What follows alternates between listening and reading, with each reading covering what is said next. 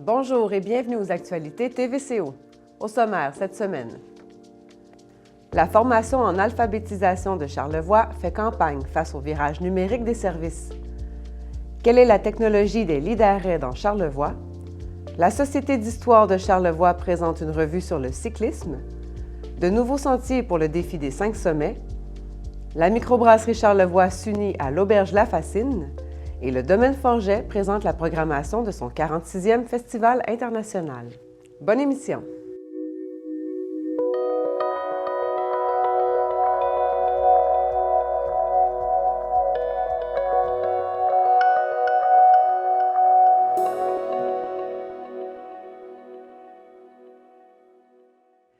Le virage numérique de plusieurs services publics essentiels a des impacts importants sur l'autonomie de certaines personnes, souvent plus âgées ou résidant en dehors des grands centres. J'en discute avec Isabelle Perrault de la formation en alphabétisation de Charlevoix. Isabelle Perrault, bonjour. Bonjour, ça va bien? Bien oui, ça va bien. Vous-même? Oui, ça va très bien, merci. Vous êtes coordonnatrice pour la formation en alphabétisation de Charlevoix, secteur ouest. Oui. Votre organisme a partagé récemment certaines inquiétudes face à la présence grandissante des technologies dans nos vies, dans les outils de la vie de tous les jours. Alors, expliquez-moi donc, quelles sont ces inquiétudes-là exactement? Les inquiétudes sont par rapport au fait que le virage technologique n'est pas nécessairement accessible pour tout le monde, pour le commun des mortels, pour toute la population. Ça demeure, pour certains, un défi. Oui. Ce n'est pas quelque chose qui est d'emblée facilement utilisable pour une certaine quantité, une certaine partie de la population. Oui, et qui est cette population-là, justement? Parce qu'on a l'impression, par le nom de votre organisme, qu'on parle seulement là, des gens qui ont des difficultés de lecture, d'écriture, mais c'est plus grand que ça. C'est sûr que, bon, nous, on travaille en alphabétisation, donc avec les personnes qui ont des difficultés de lecture et d'écriture, mais on travaille aussi avec les personnes qui ont un niveau de littératie plus faible. Donc, oui, les personnes laissées pour compte derrière tout ce virage technologique-là, c'est les personnes qui ne savent ni lire ni écrire, déjà en partant. Et il y a aussi les personnes qui ont des difficultés de compréhension. Il y a les personnes qui n'ont pas accès à Internet. À la technologie, oui. Qui n'ont juste pas la connexion. Des gens qui n'ont pas les moyens d'avoir Internet chez eux. Des gens qui ne savent pas se servir d'un ordinateur, d'une tablette, qui n'ont pas les compétences pour s'en servir non plus. Donc, ces gens-là se trouvent en marge et se retrouvent devant ils n'ont plus de choix. Oui. Ils ont des services, en fait, auxquels ils n'ont plus accès. Exactement, parce qu'il n'y a plus de services humains, il n'y a plus de personnes. De moins en moins. Oui, de moins en moins, pour plein de raisons. Donc, ça fait en sorte que ces gens-là se retrouvent 2 fois plus vulnérables qu'ils le sont déjà, beaucoup plus en marge de la société.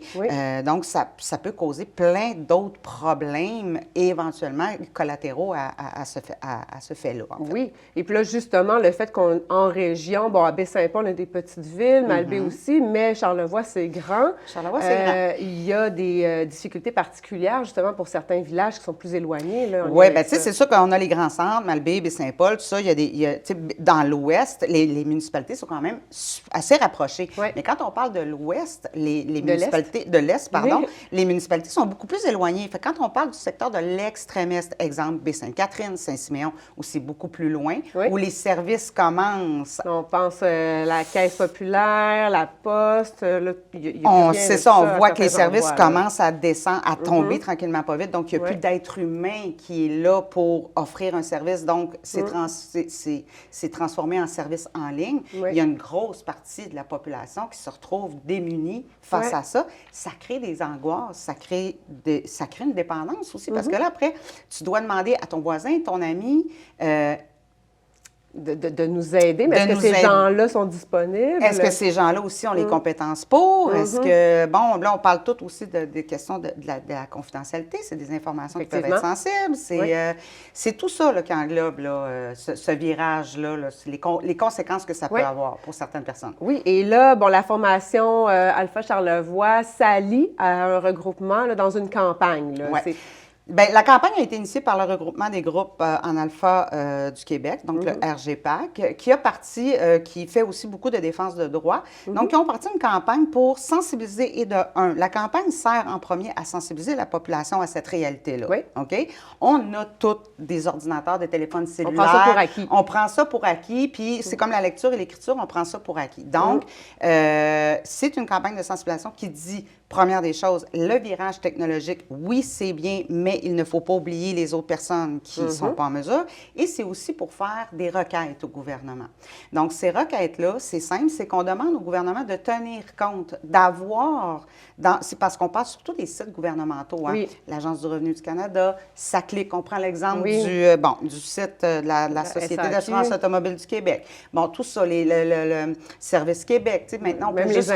Les impôts, on peut juste recevoir maintenant nos documents par courriel. Oui. Bon, mais si tu n'en as pas d'adresse courriel, tu le reçois comment, ton document? Et il y a un point important aussi que tu mentionnais hors d'onde, c'est que ces gens-là ont le droit de choisir de ne pas virer technologique, numérique. Là. Oui, c'est qu'en quelque part, dans certains cas, le choix, tu ne l'as plus. Avant, on avait toujours, si vous préférez recevoir vos documents par la poste, OK. Ouais. Mais là, maintenant, c'est presque... Tu n'en as plus le choix. Là. Moi, je me suis même déjà fait dire par une personne au téléphone d'un service public, bien, madame, tout le monde a un cellulaire aujourd'hui. Non, je suis désolée, mais ce n'est pas tout le monde qui a un cellulaire. Exact. Donc, ce qu'on demande aussi au gouvernement, c'est de penser, quand il instaure des virages technologiques ou des accès technologiques, de penser aux gens, il n'y a pas accès. Oui. Est-ce qu'on peut encore offrir? Oui. Et on doit encore offrir des services en personne. On doit encore être capable d'appeler et de ne pas attendre De 2 heures et demie au téléphone. Oui. De rendre les communications plus simples, appuyer sur le 1, le 2, le 3, le 8, le 6.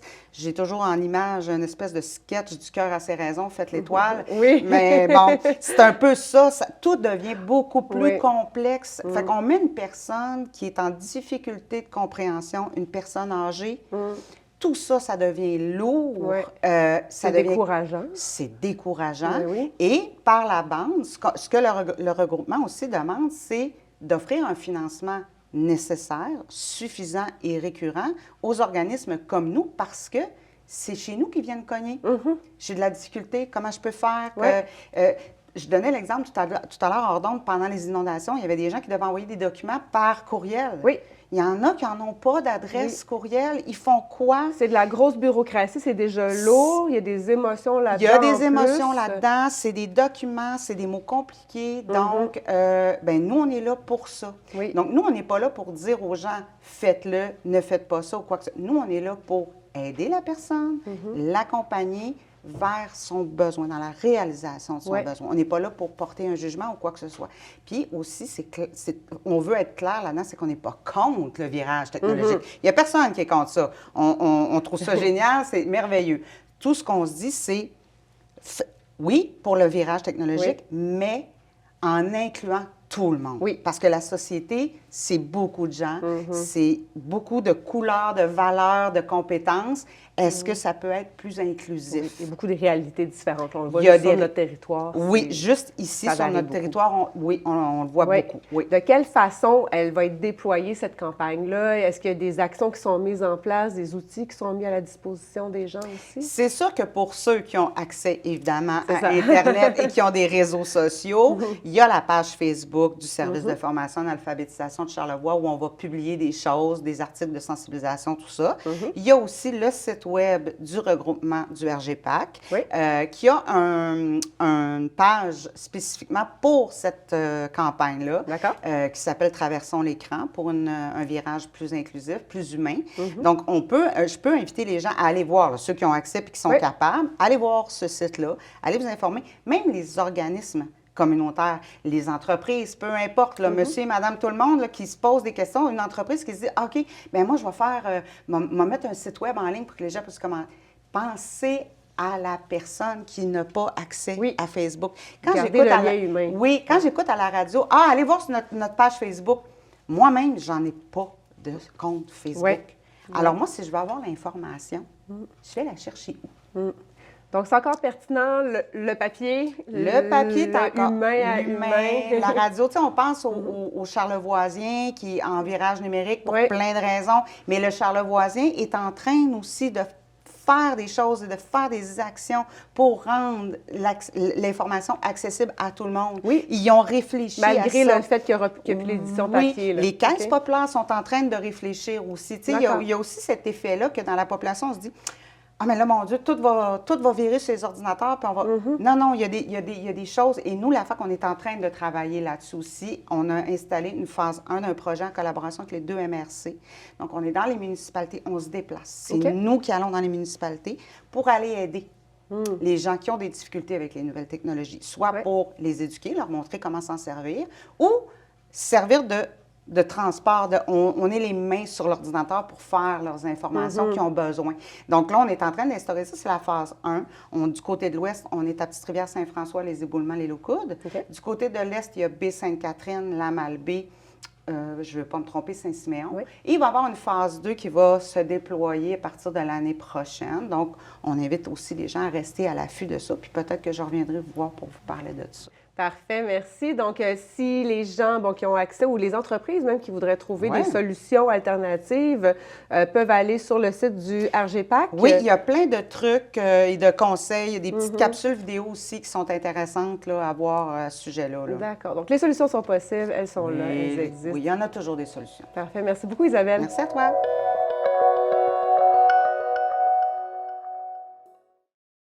Les voies de secours, ces infrastructures qui permettent d'arrêter un véhicule en détresse de façon efficace, sont nombreuses sur les côtes de Charlevoix. Mais connaissez-vous vraiment les technologies qui se cachent derrière ces installations?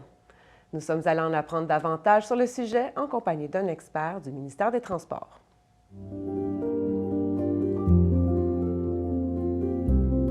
Les voies de secours ou lits d'arrêt sont présents sur les routes du Québec depuis plus de 20 ans. Il s'agit d'installations sécuritaires qui ont prouvé leur efficacité à maintes reprises. Dans le fond, c'est comme une semelle de maison. J'ai déjà vu une semelle de maison, on a un morceau de béton comme ça, puis après ça, d'habitude, dans le mur qui s'appuie. Bref, on a ce que vous voyez en ce moment, c'est le bout de béton en haut là. Il cale, puis là, on a notre semelle. On a ça des deux côtés. C'est ferraillé à grandeur. C'est vraiment, c'est comme une grosse structure. C'est comme une structure de bâtiment. Puis, dans le fond, après ça, comme on vient remplir, on a du sable qui vient dans le fond. On a une membrane pour empêcher que les cailloux, je sais, mais il y a des cailloux qui viennent puncher. On a une membrane imperméable. Puis après ça, on a une deuxième membrane. Puis après ça, on vient remplir le gravier. OK. Gravier qu'il faut tamiser, qu'il faut entretenir.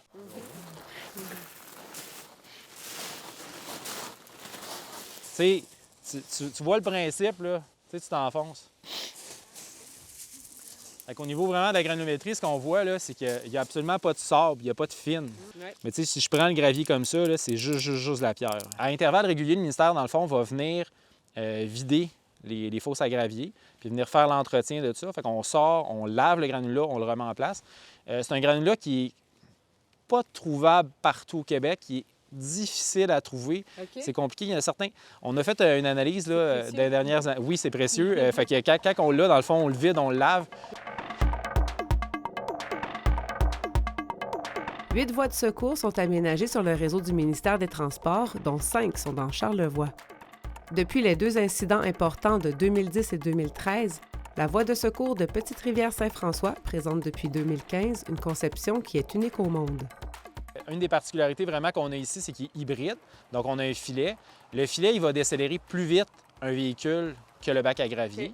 Okay. Fait que je faisais des blagues là, des fois, mais tu sais, les motos, là, c'est rare qu'ils vont manquer de frein, mais tu sais, une moto, ça serait pas... En tout cas, moi, je ne le prendrais pas en moto. Mais un petit véhicule, par contre, il va décélérer tout lentement. Puis par contre, un véhicule lourd qui, lui, est plus lourd, qui va s'arrêter plus loin, va commencer à frapper les premiers filets. Fait qu'un autobus, théoriquement, devrait même pas se rendre aux premiers filets qui sont là en situation estivale, là, comme en ce moment. Là. Vous voyez, là, mes chaussures s'enfoncent, agréablement, si on ne marche pas trop loin. Mais dans le fond, il vient s'enfoncer. Puis, dans le fond, il s'arrête de manière beaucoup plus lente, beaucoup plus douce au niveau du nombre de G ressentis. C'est pas un arrêt, non, ça donne pas de coup, là, ça s'enlise, ça s'enfonce. C'est pour cette raison-là que vous voyez qu'on a un dissipateur ici. Puis plus on va aller plus loin, là, vous voyez, on a 2 sur la deuxième station, je pense que c'est 2 ou 3 sur l'autre après. Ah, OK, oui. Dans le fond, ça va en augmentant. Fait que j'ai dit 22 kN. Fait que quand on augmente la force de dissipation. Sauf que d'avoir mis un 3 dissipateurs sur le premier, un petit véhicule comme le nôtre qui est à côté en ce moment, il serait freiné vraiment très rapidement. Puis là, vous sentiriez la ceinture, là, puis c'est pas agréable. Je dirais pas que l'expérience est le fun, là, mais je dirais juste mais avec un véhicule plus commun, là, un véhicule de la route, là, puis même un autobus, ça permet que les usagers à l'intérieur, à ce moment-là, ne vont pas être projetés, ne vont pas être freinés. En plus du granulat, 12 stations de filet en hiver et 8 en été sont reliées à des dissipateurs d'énergie ancrés dans des murs latéraux en béton armé. Dans le fond, ce que vous avez ici, c'est c'est une bobine de fer. À l'intérieur, c'est tout enroulé. C'est comme une cassette. Puis dans le fond, c'est tout enroulé. Puis qu'est-ce que ça vient faire? C'est que ça vient dissiper de l'énergie. Les dissipateurs d'énergie sont composés d'une cassette dans laquelle est enroulé un ruban de métal. La décision qu'on a prise d'avoir un système hybride, on le voit avec le Club Med qui s'est construit à côté, on a décidé qu'on était capable d'arrêter les autobus. Ouais. Un autobus, dans le fond, là, la conception est faite pour 62 500 kg. Dans le fond, un train routier. Là. Un train routier, théoriquement, ne devrait pas se rendre au bout en considérant uniquement si les filets saisonniers sont mis, par exemple. Ouais. Fait que les 12 stations sont opérationnelles et fonctionnelles. Il reste une réserve de capacité d'à peu près 1 %. C'est le plus lourd véhicule, théoriquement, s'il ne dépasse pas les charges légales qui peut circuler ici. Donc là, les filets qu'il y a normalement au ABCD, c'est la même chose que ce qu'on a là? C'est exactement. Dans le fond, là, ils ont mis des petites plaquettes pour faire cute, là, mais ça ne change absolument rien. C'est le même type de filet. La particularité de celui qu'on a, nous, c'est qu'on laisse la neige s'accumuler. Fait qu'on a rajouté des contreventements qui empêchent, dans le fond, le filet de venir basculer. On veut éviter que, par exemple, si le filet venait basculer, à ce moment-là, le ruban de la cassette qui est là, dans le fond, le gros truc rond, il serait déjà déroulé puis il n'y aurait pas la même efficacité qu'on voudrait. La capacité des voies de secours à arrêter les véhicules en détresse est établie par leur longueur, leur pente, la résistance au roulement créé par les granulats et la présence de barils inertiels à l'extrémité de la voie de secours. Notre véhicule en détresse, son pare-choc, c'est un plus gros véhicule là, qu'un véhicule standard, mais c'est le même principe pour tout. Dans le fond, il va venir, puis c'est pour ça que le filet, il a comme cette forme-là, pour pas qu'il vienne... Fait que là, dans le fond, il va venir rentrer. Son capot, dans le fond, va venir rentrer dedans. Ouais. Ça va lâcher dans le temps de le dire. Puis dans le fond, là, il va venir commencer à dérouler les bobines. Fait que dans le fond, les cassettes avec l'enroulement au niveau du fil de fer va commencer à descendre. Puis dites-vous que le premier filet, il va rester, lui, sur son pare-choc. Là. Ouais. Il va rester, puis après ça, il va déjà se rendre avec la vitesse qui va circuler dépendamment de la vitesse qui se rend ici. Il va ramasser le deuxième. La première cassette n'a pas fini de se dérouler, qui ramasse le deuxième filet. Okay. Celle-là va finir de se dérouler à peu près quand il rentre au troisième.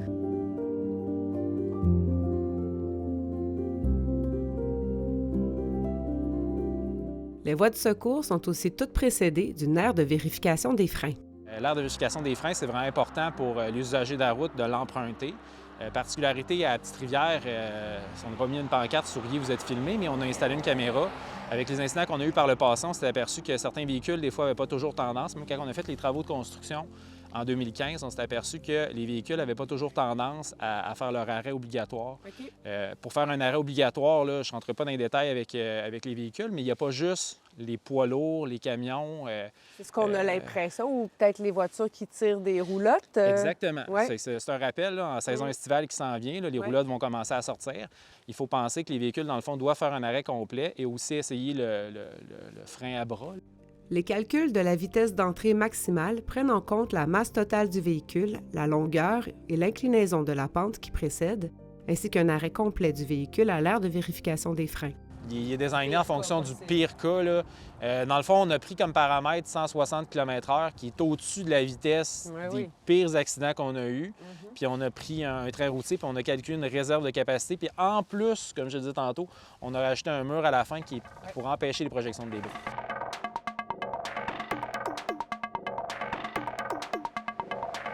Et dans le fond, fait que là, on a l'épaisseur du mur qui est vraiment fortement armé. Pourquoi? Parce que si jamais il y aurait des débris, lui va venir retenir plus de charge, ses côtés aussi. Une signalisation soutenue du haut de la côte jusqu'en bas vise aussi à sensibiliser les usagers de la route sur leur vitesse et leur capacité à ralentir le véhicule. On a toujours un panneau au début, proche de la vérification des freins, qui va montrer la côte complète. Oui, on a un les... parcours là, Exactement. avec chaque indication qui sont là. Ouais. On voit chacune des courbes. On voit, dans le fond, chacun parce qu'il y a plusieurs pentes, souvent, au travers de ces longues côtes-là. Dans le fond, ici, on en a fait rajouter un qui est vraiment au moment où est-ce que le véhicule doit prendre sa décision. Est-ce qu'on décide d'emprunter, dans le fond, le lit d'arrêt ou décider de continuer notre descente? Si on manque de frein, il y a un point de décision à prendre ici. Ouais. Puis je pense que la solution la plus sécuritaire, c'est l'outil qui est là. Là, le signe qu'on manque de frein, c'est que ça chauffe.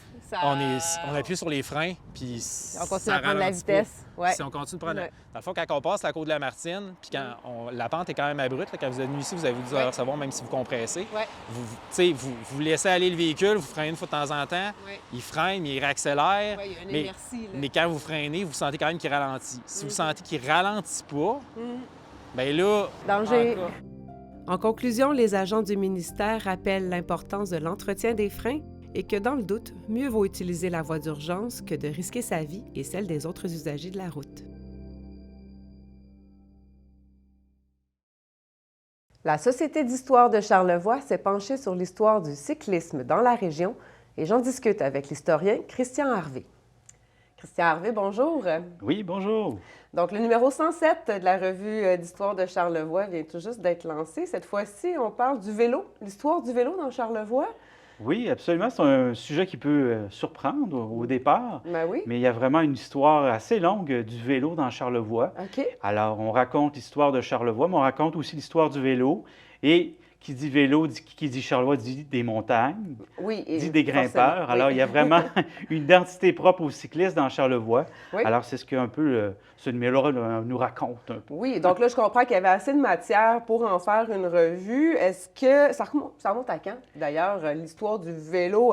Là, on s'entend pas le petit vélo dans la rue qu'on a tous eu, là, mais l'importance du vélo dans Charlevoix. Ben, on a une pièce justement d'archives incroyable. On a le jeune Arthur, 8 ans, en 1891, qui conduit ce qu'on appelait un grand bi. OK. Alors, c'est une pièce Comme quand même ça d'archives ici, incroyable.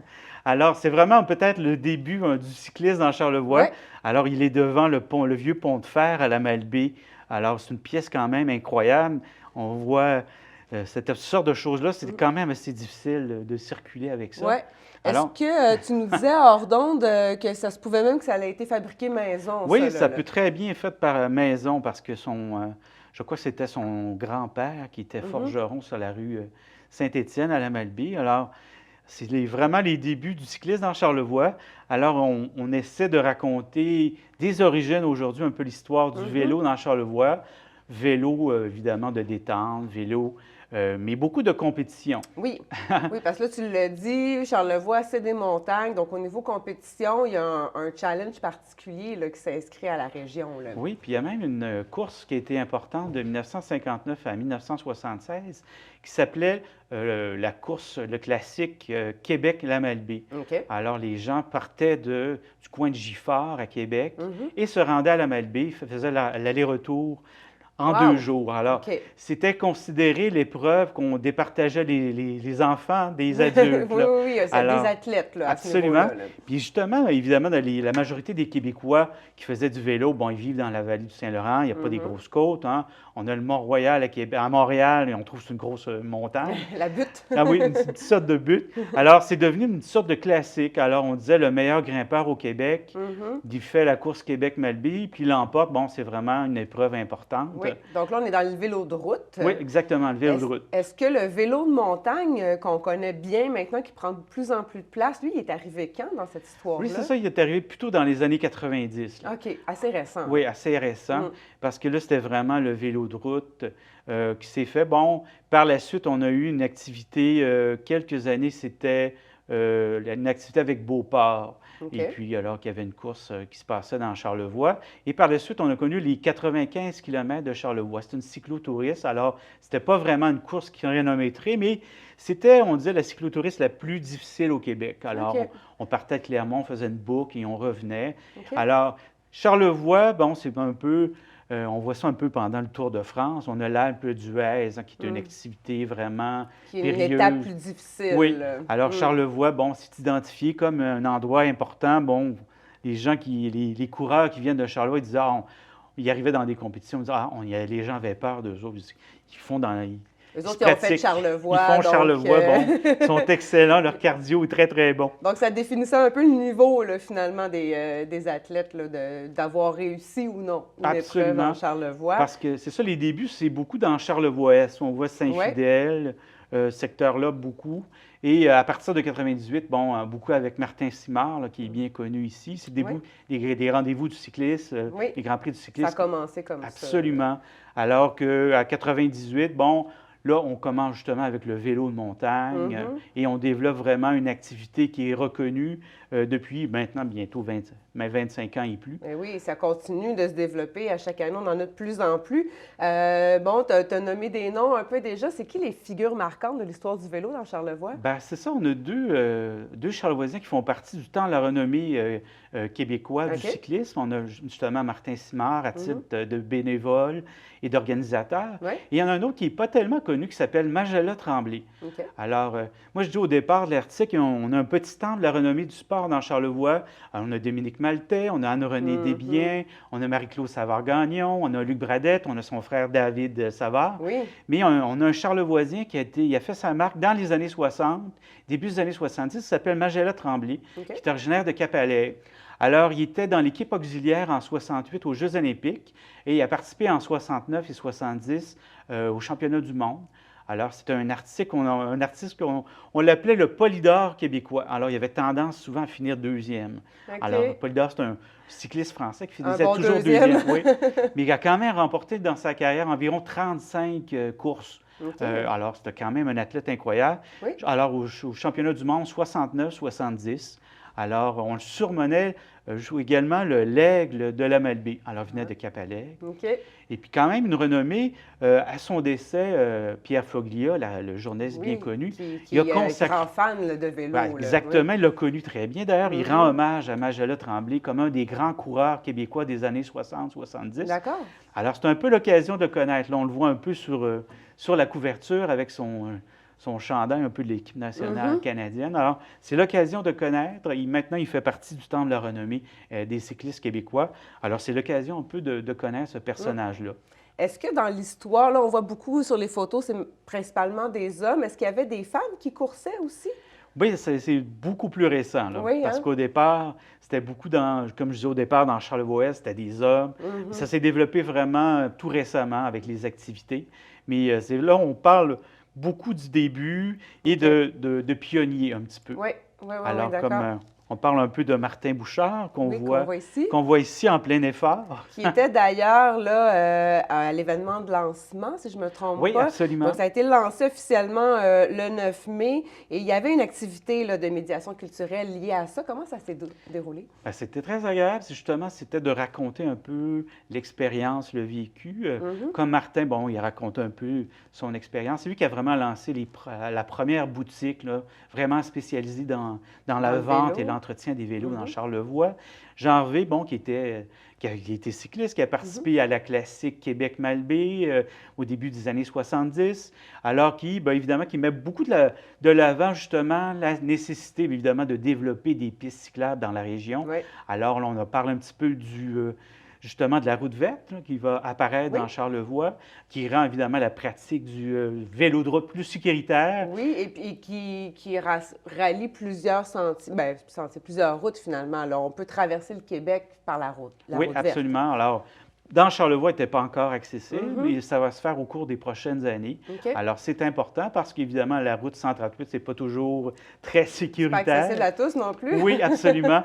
Alors, c'est ça qui souvent les gens qui font du cyclisme de route dans Charlevoix, c'est vraiment des durs de durs. Ils sont très résistants, qui ne sont pas craintifs. Là. Donc, on pourrait dire peut-être que le cycliste, au même titre que les sports de glisse et l'art, la culture, là, fait partie peut-être d'un trio là, important dans le développement de la région? Oui, absolument. On parle beaucoup de santé, la nécessité. Alors, c'est important de développer un peu des pistes qui soient accessibles aux gens et évidemment, avec on appelle la mobilité durable. C'est bien de pouvoir circuler entre villes et villages dans Charlevoix. Alors, c'est une occasion de penser le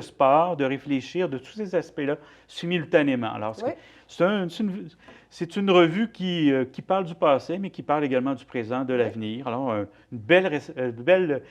beau questionnement Oui. sur le cyclisme dans Charlevoix. Et on parle aussi du cyclisme comme outil, du vélo comme outil. Je pense à une photo particulière là, du PN Garriépi qui fait ses livraisons avec le vélo. Absolument. Ben, c'était toujours été un objet utilitaire. Alors, il transportait des grosses poches de farine. Mhm.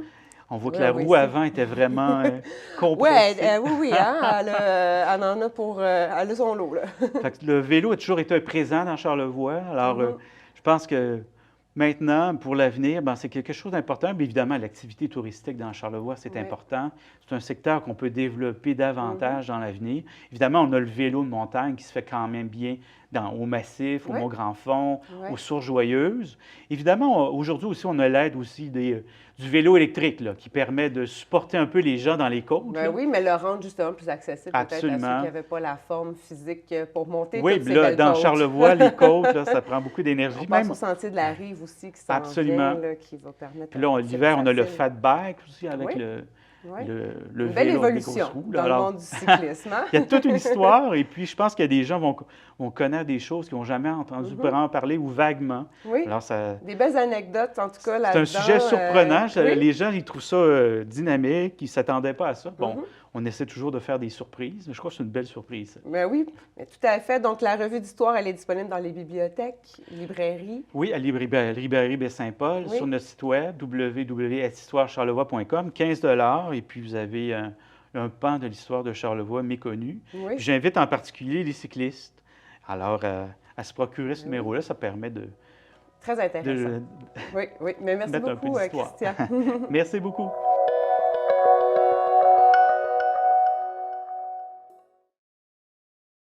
Les inscriptions sont ouvertes pour l'édition 2024 du Défi des 5 sommets. Le président Louis-Philippe Dufourchang nous en donne les détails. Bonjour Louis-Philippe. Bonjour, je suis très content Louis-Philippe. d'être là. Ben oui, merci d'être avec nous aujourd'hui, à distance, mais avec nous tout de même. Donc, Louis-Philippe Dufourchang, tu es président pour le Défi des 5 sommets. Le Défi des 5 sommets qui revient encore une fois pour une 8e édition cette année, avec des sentiers différents de ceux des dernières années. Peux-tu nous en parler un peu?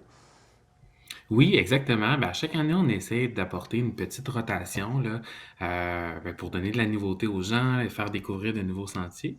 Cette année, on a le Yéti dans le parc des Hautes-Gorges et le Mont-Grand-Fond qui reviennent, mais on a le Cap Brûlé, le Paysan et l'Orignac qui sont nouveaux cette année. D'accord. Est-ce que ce sont tous des sentiers d'à peu près le même niveau de difficulté ou ça varie d'un à l'autre? Il y a des sentiers qui sont un peu plus difficiles que d'autres. Il y a des sentiers qui ont plus de kilométrage, d'autres qui ont un dénivelé plus important. Mais ils restent tous accessibles là, à la grande majorité des gens du moment D'accord. qu'on écoute son corps puis qu'on est bien préparé. Donc, tout le monde devrait être en mesure là, de pouvoir remplir ce défi-là. On peut le faire en famille aussi. Je crois qu'il y en a qui le font avec leurs enfants. Oui, et puis les enfants semblent vraiment aimer ça, là, recevoir le petit certificat à la fin. Là. C'est un Oui. gros plus. Bien, déjà, là, il y a une belle récompense quand on atteint le sommet déjà en partant. D'ailleurs, on sait, bon, un peu le fonctionnement, on s'inscrit sur le site Internet et pour prouver qu'on s'est rendu, on prend une photo rendue au sommet, c'est ça? Exactement. Donc, une fois qu'on est rendu au sommet, on se prend en photo avec la pancarte du défi. On a aussi un parcours d'énigmes, là, si on veut ajouter un défi mental au défi physique. Oui, Puis à la c'est fin, ça, les on soumet mystères ça de via- Charlevoix. C'est une 3e édition, je crois, là, avec les énigmes. Comment ça fonctionne? Exactement. Ben, sur chaque sommet, on a une pancarte avec une énigme à résoudre. Puis une fois qu'on a fait les 5 sommets, qu'on a fait les 5 énigmes, ben, ça nous donne accès à un sommet mystère où ce qu'on a le D'accord. dévoilement de l'énigme finale là, sur ce Donc, il sommet. faut avoir réussi les énigmes là, pour trouver ce sommet mystérieux-là qui est toujours dans Charlevoix. Exactement. Mais à la fin, on a des indices quand même, là, puis OK. on aide là, ceux qui ont un peu plus de difficultés. Donc, c'est une façon là, de prolonger un peu, si on veut, notre défi. Est-ce que, as-tu une idée au total combien de kilomètres là, ça représente les 5 sommets là, principaux? C'est une très bonne question, parce que le kilométrage change d'année en année, Oui, c'est ça. mais souvent on tourne aux alentours d'un 10-12 km par sentier. Donc D'accord. à peu près un 50 km là, et plus là, au total. Plus le D'accord. Mont Mystère. Oui, en plus du Mont Mystère, bien sûr. Est-ce que, bon, tu nous as parlé qu'on change des sentiers pour la variété de ceux qui font le défi à chaque année, mais au niveau de la santé, si on veut, là, de ces sentiers-là, est-ce qu'on a besoin aussi de leur donner une petite vacance une fois de temps en temps? Bien, c'est sûr que c'est une des raisons pourquoi on fait une rotation, mais on fait énormément de sensibilisation pour la protection des sentiers, comment marcher sur un sentier. Tu sais, on ne veut pas contourner les trous de boîte Non. pour marcher sur la végétation, comment qu'on doit se comporter une fois au sommet.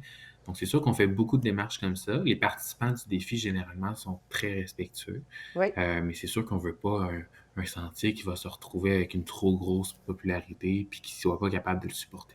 Mhm. On se souvient que dans la période de la pandémie, là, le défi avait été très, très, très populaire, là, 2020, 2021. Depuis là, 2022-2023, est-ce qu'on est encore dans cette grosse tendance-là de grande popularité du défi ou on est retourné à un niveau peut-être un peu plus normal? On a toujours une bonne popularité, mais Mhm. en effet, on est retourné à un niveau un peu plus normal, là, post-pandémie, parce que Oui. c'était quand même assez exceptionnel, là. On a été, On avait ben, le pas temps déjà. envahis, mais on a eu beaucoup de gens dans Charlevoix, là, qui Oui, profitaient c'est des ça. sentiers. On avait le temps, on avait besoin de prendre l'air aussi, je crois, un peu, hein. J'aimerais que tu me parles du sommet des entreprises. Est-ce que c'est une nouveauté de cette année, ce sommet-là?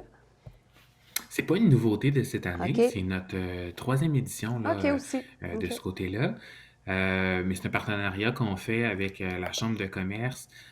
Donc, le 20 septembre, on invite les entreprises à se faire une équipe puis venir faire un sommet, une journée. Mhm. Chaque année, on change le sommet, on change un Oui. peu la formule. Mais une belle façon là, de créer des liens avec une équipe, de Mhm. faire ça en gang. C'est une Ça va être un activité bel de été. cohésion, là. Oui, exact. C'est pas comme une compétition, c'est pas une course, là, où la première équipe Non, arrive pas en du haut. tout. OK. Puis, tu sais, on invite les gens à faire une photo assez funny là, en haut. On leur Mhm. donne aussi des jeux à faire, ils ont des stations. Donc, c'est vraiment une belle journée, là. Les gens apprécient énormément cet événement-là. Oui. Peux-tu me dire, là, pour info pratique, donc on sait, il y a le site Internet Défi des 5 sommets où on peut s'inscrire. À partir de quand on peut s'inscrire? Combien de temps on a pour remplir le défi? On peut s'inscrire à partir de maintenant. Mhm. Donc, depuis la semaine dernière, les inscriptions sont lancées. Il y a une option gratuite qu'on peut faire les 5 sommets sans problème. Puis, on a Mhm. l'option du Mont Mystère qui rajoute ben, le parcours d'énigmes, des rabais, des prix supplémentaires. Puis, le défi débute le 7 juin. Donc, à OK. partir de ce moment-là, on peut aller faire les sommets jusqu'au 14 octobre. Puis, bientôt, là, on va avoir un spectacle au sommet qu'on va annoncer. Là. Un Donc, un autre bel spectacle? événement aussi. Ah, Oui, un exact. spectacle On fait un sur une spectacle au montagne. sommet. Un spectacle au sommet du Mont-Grand-Fond. Ça Ah, aussi, là, OK. c'est notre 3e édition. Puis ça, c'est un événement qui est magique. L'ambiance au sommet, là, est vraiment géniale. Donc là, les détails sont à venir pour cet événement-là, si j'ai bien compris. Ça s'en vient. Parfait. Mais merci beaucoup, Louis-Philippe, d'avoir été avec nous ce matin pour nous donner tous ces détails et bon défi à tous ceux qui y participeront.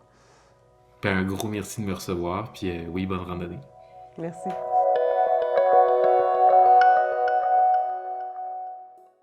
Les copropriétaires de la microbrasserie Charlevoix, Caroline Bandulet et Frédéric Tremblay, deviennent également copropriétaires de l'auberge La Fascine à l'île aux Coudres. Voici notre reportage.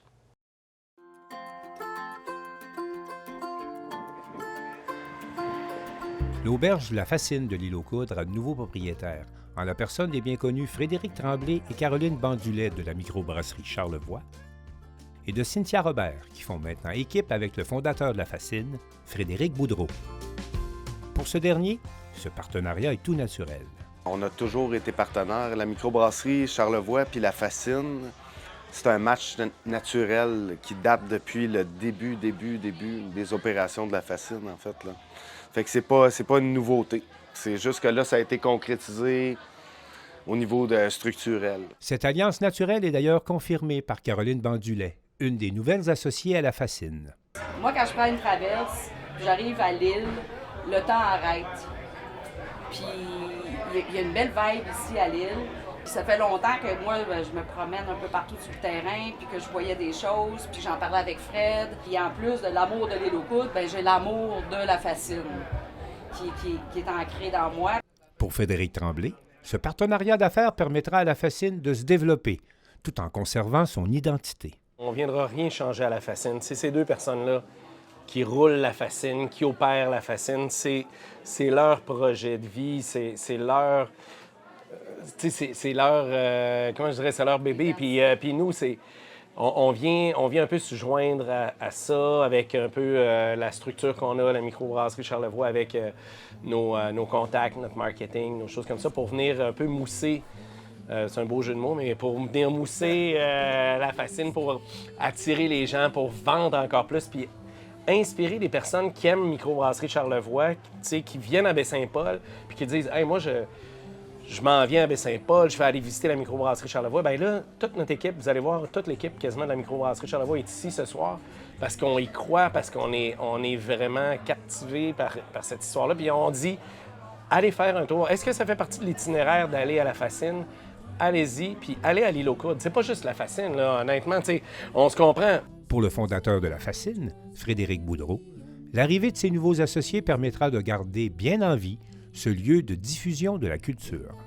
En fait, ce que ça amène, c'est de continuer à y croire. Je veux dire, je pense, on a eu une transition avec la Fascine, ça a été mouvementé, mais là, de savoir que, puis on a investi énormément, vous le savez, puis on a eu des bons partenaires, les FRCN, puis tout ça, mais on a acheté le terrain à côté, on a bâti une salle de spectacle de fou, on a un loyer qui arrive, on a le Beer Garden qui s'en vient.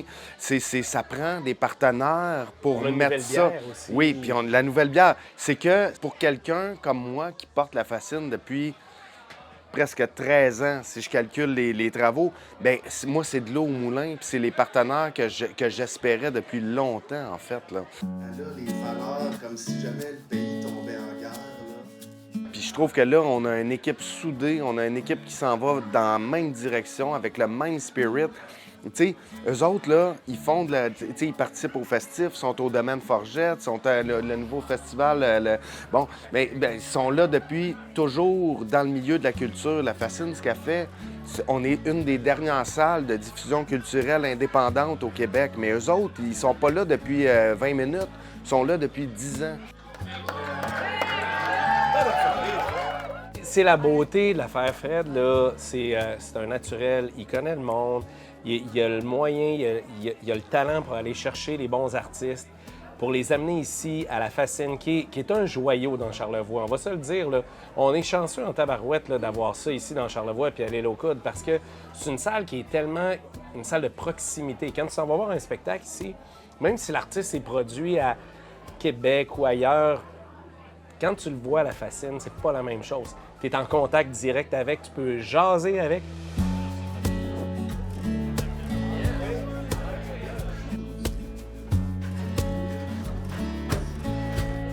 Et les spectateurs auront l'occasion au cours des prochains mois de rencontrer plusieurs artistes de renommée grâce à une programmation variée. Mentionnons entre autres les spectacles Hommage à Neil Young, les Colocs Ensemble, Petit Béliveau, Marie-Jo Thériault et mon oncle Serge. Je voyais le potentiel, qu'on pouvait faire quelque chose, comme un Beer Garden, qu'on pouvait faire vivre ça. Parce que je dis, moi, je le vis. Mais j'aimerais ça qu'on le fasse vivre à d'autres. Ça fait longtemps qu'on s'en parle, ça fait longtemps que j'en parle avec Fred puis que j'en rêve. Puis quand j'ai eu le téléphone de Fred, ben j'ai été vraiment, vraiment contente. Parce que j'ai dit, yes, il y a quelque chose qui se passe. Puis mon rêve va se réaliser. Puis on va avoir du fun, on va s'amuser en Jésus-Marie, je pense. On a plein de beaux projets, on les fera peut-être pas toutes cette année, parce qu'on a plein d'idées, il n'y a pas de fin pour ça, mais je pense que ça va être... C'est l'an 1. Peut-être le défi, ça va être de laisser aller plus à notre équipe qui va s'intégrer, parce que ça fait un bon moment qu'on travaille fort, moi et Fred, un peu juste les deux. Puis là, ben c'est ça, on s'associe avec une équipe, mais aussi on va avoir une équipe à nous aussi, donc de laisser ça aller un peu... Vivre. Oui, laisser vivre un peu par eux-mêmes. Je pense que le défi, ça va être le temps. Parce que je suis pas sûr qu'il y a assez de temps dans une journée pour qu'on soit capable de réaliser tout ce qu'on voudrait réaliser puis tout le potentiel qu'il y a dans la Fascine. Fait que il va falloir y aller. Parce que quand on est les quatre ensemble en train de jaser là, des projets, il y en a un peu trop. Fait qu'il va falloir prioriser puis il va falloir prendre le temps de choisir ce qu'on va faire parce qu'il y a un potentiel incroyable ici. Puis, on va y aller une gorgée à la fois. Une gorgée à la fois. Une gorgée à la fois. Pour souligner cette association, une nouvelle bière a été créée. Elle s'appelle naturellement La Fascine et il sera possible de la déguster non seulement au pub restaurant ou à la salle de spectacle, mais également au Beer Garden qui sera aménagé au cours des prochaines semaines. Pour une 46e année, le Domaine Forget sera l'hôte de nombreux artistes de renommée internationale dans le monde des arts vivants. J'en discute avec le directeur artistique Mathieu Lucier. Mathieu Lucier, bonjour. Bonjour. Donc, le Domaine Forget présente la 46e édition de son festival international. Encore une fois, une très grosse programmation là, qui se déroule du 29 juin au 24 août prochain. Monsieur Lucier, on va y aller une série à la fois hein, parce que c'est une programmation là, qui se décline en différentes séries de spectacles et activités. J'aimerais qu'on commence par la série orchestrale. On a de la belle grosse visite dans Charlevoix cet été. Oui, on est chanceux au Domaine Forget. On a des partenaires fidèles, des partenaires qu'on appelle des fois historiques, l'Orchestre symphonique de Québec, les Violons du Roi notamment, qui sont là depuis les débuts du festival. Oui. Il y a 46 ans cet été. Donc, l'Orchestre symphonique de Québec va venir 2 fois, dont la deuxième fois avec son nouveau chef, Clemens Schultz. Donc, est-ce que ce sera une première pour Oui. un spectacle avec ce chef-là? Oui, OK. Oui, c'est ça. C'est sa toute première saison à Québec. Et on lui a parlé de la beauté du domaine, de la qualité de la salle. Alors, il a bien hâte d'être là. Puis nous, on aime toujours voir les étoiles dans les yeux, les tout premiers concerts, quand quelqu'un découvre le site puis notre salle. Les Violons du Roi vont être là aussi au début, en clôture, mais aussi en ouverture de festival.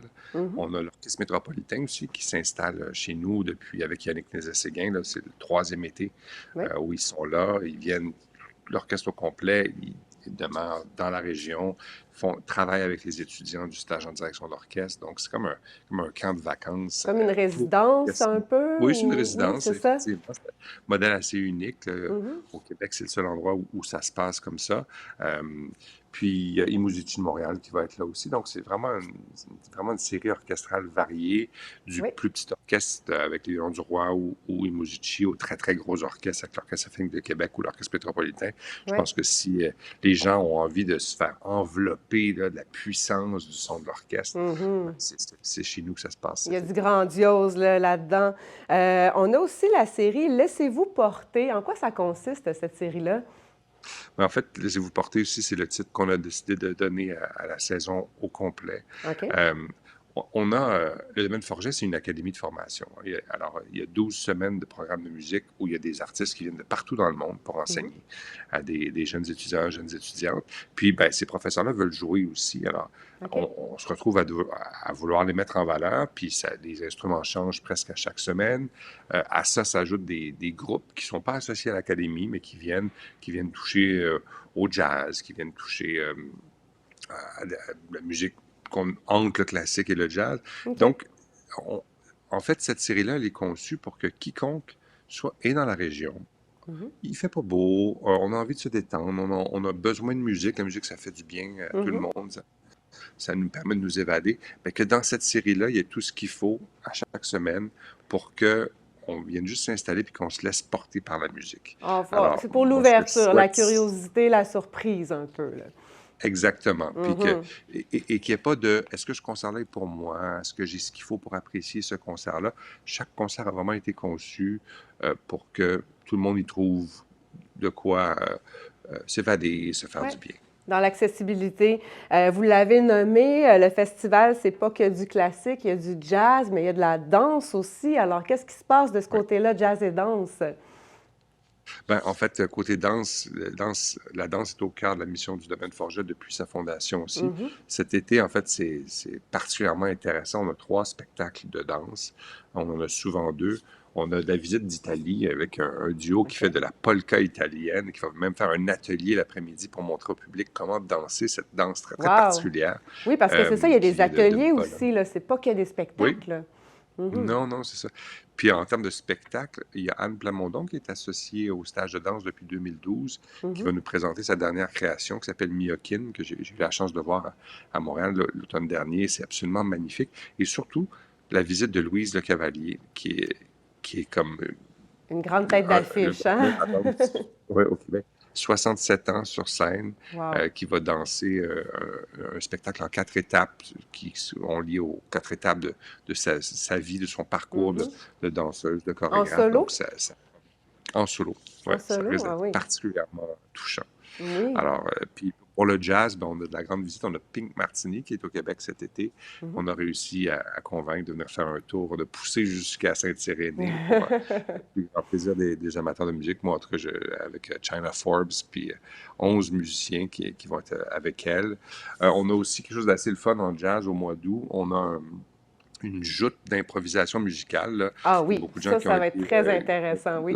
qui ont grandi avec la LNI. Mais alors, Stanley Oui. Péan et Pierre Verville, là, qu'on voit à l'écran, vont être Mhm. les deux arbitres qui vont lancer des thèmes à deux groupes, 2 quatuors de jazz qui vont s'affronter. Donc, ils vont devoir OK. improviser sur des thèmes. Alors, je pense que ça va être très ludique. Le Puis là, public ça être va mis à partie. se passer dans la salle du domaine Forget ou on est Oui, du dans côté la de salle. l'église? OK. Parce que là, dans l'église aussi, là, il va se passer quelque chose pendant le Oui, le on a acquis festival. l'église de Sainte-Irénée, qui est superbe. On l'a acquis pour la danse, mais il va y avoir beaucoup d'activités gratuites. Il y a un concert payant à l'église cet été avec les viols de gamme, là, qui rappellent la musique du film Tous les matins du monde, mais une série presque à chaque semaine, il y a des activités gratuites à OK. l'église. Ce qui est super, cette église-là, c'est qu'on est très proche des artistes. C'est comme une immersion presque 360 dans la Mhm. musique. Donc, je pense que ça va être une expérience. Puis, en fait, ça permet aussi de tester. Si vous n'êtes pas sûr que c'est pour vous, quoi que ce soit, venez faire un tour à l'église. C'est Oui. gratuit. Vous pouvez, il n'y a pas de billets qui s'achètent à l'avance. Vous pouvez décider à la dernière Faut minute, oser. selon la température, selon votre envie, Oui. venir faire un tour à Ben l'église. oui, vous avez parlé d'expérience 360. Ça m'amène à la prochaine série qui est Le domaine sur la route.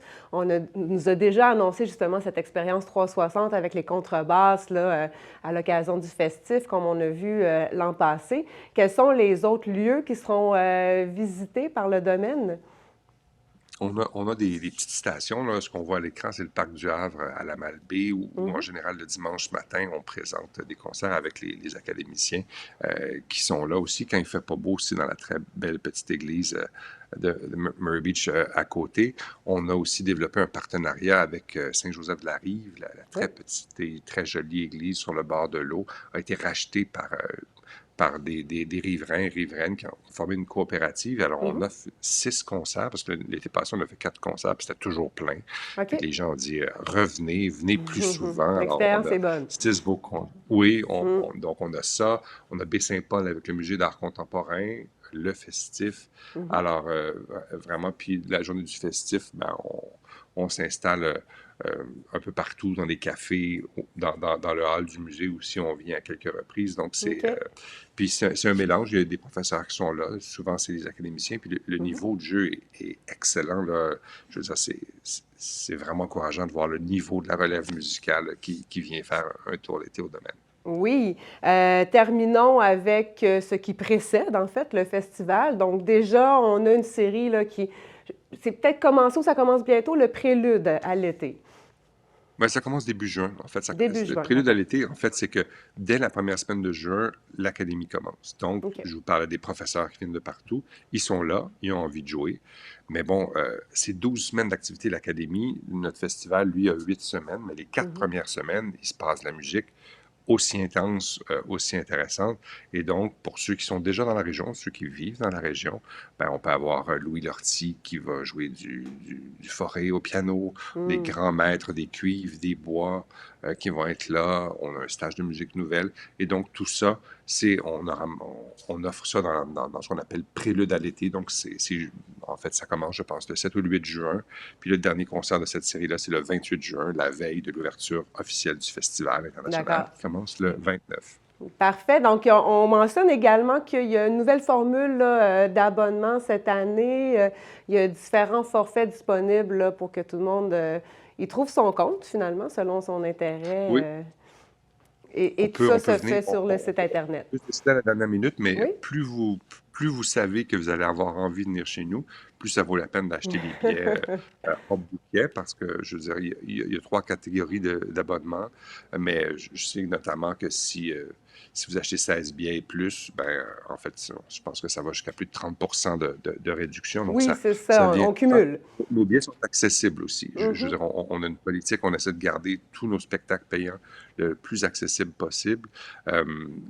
Et en plus, si vous venez souvent, ben, on a une formule d'abonnement pour vous. Puis si vous voulez juste venir à la dernière minute, ça reste aussi quelque chose de possible en général. Sauf quelques concerts qui s'envolent vite. La salle du domaine, elle est magnifique, mais elle n'est pas si grande que ça. Donc les concerts, Pink Martini, l'Orchestre métropolitain, des fois les Violons du Roi, concert d'ouverture, ça vaut la peine de se décider un peu.